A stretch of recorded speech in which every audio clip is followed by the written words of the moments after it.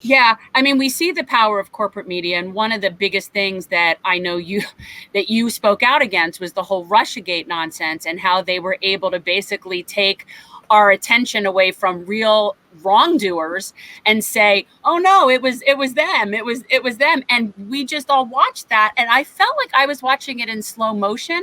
And I'm like, "Didn't we fall for this before like lots of times and we're doing it again?" And so, yeah, I think the mainstream media, they're just stenographers.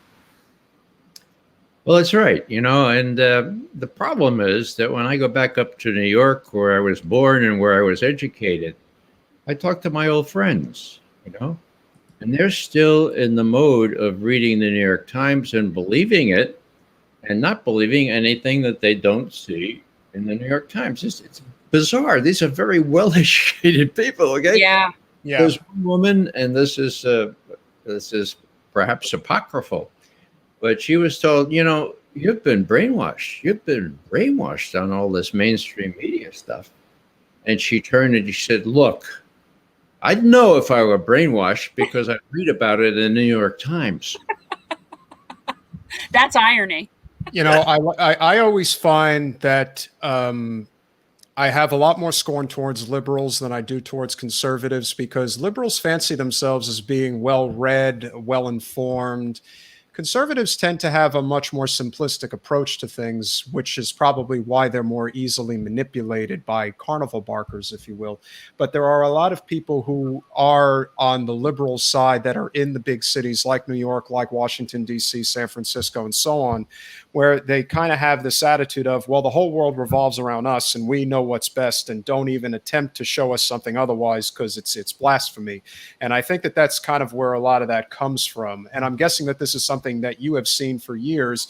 And in a way, it just kind of makes it easy for the shadow government to do what it wants to do, because people will buy this stuff. They don't question the New York Times. They don't question the Washington Post. They just assume that it's true.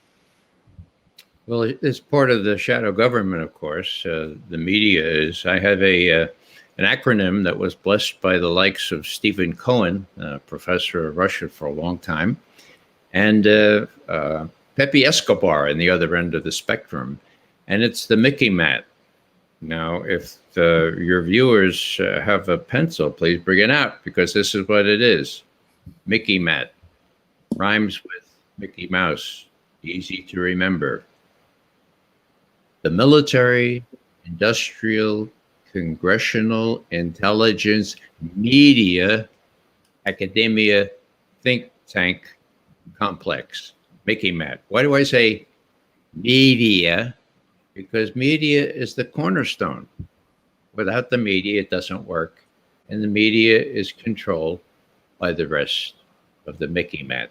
Mickey Mat, of course, is an elongation of what Eisenhower talked about, the MIC, the military-industrial complex.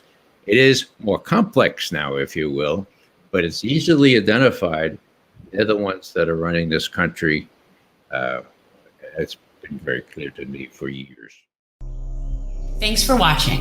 If you want to support our mission to transform politics into service, please like this video, subscribe, follow us on social media, and consider joining our Patreon, where you'll get early access to our interviews as well as other exclusive content. Links are in the description. Peace out.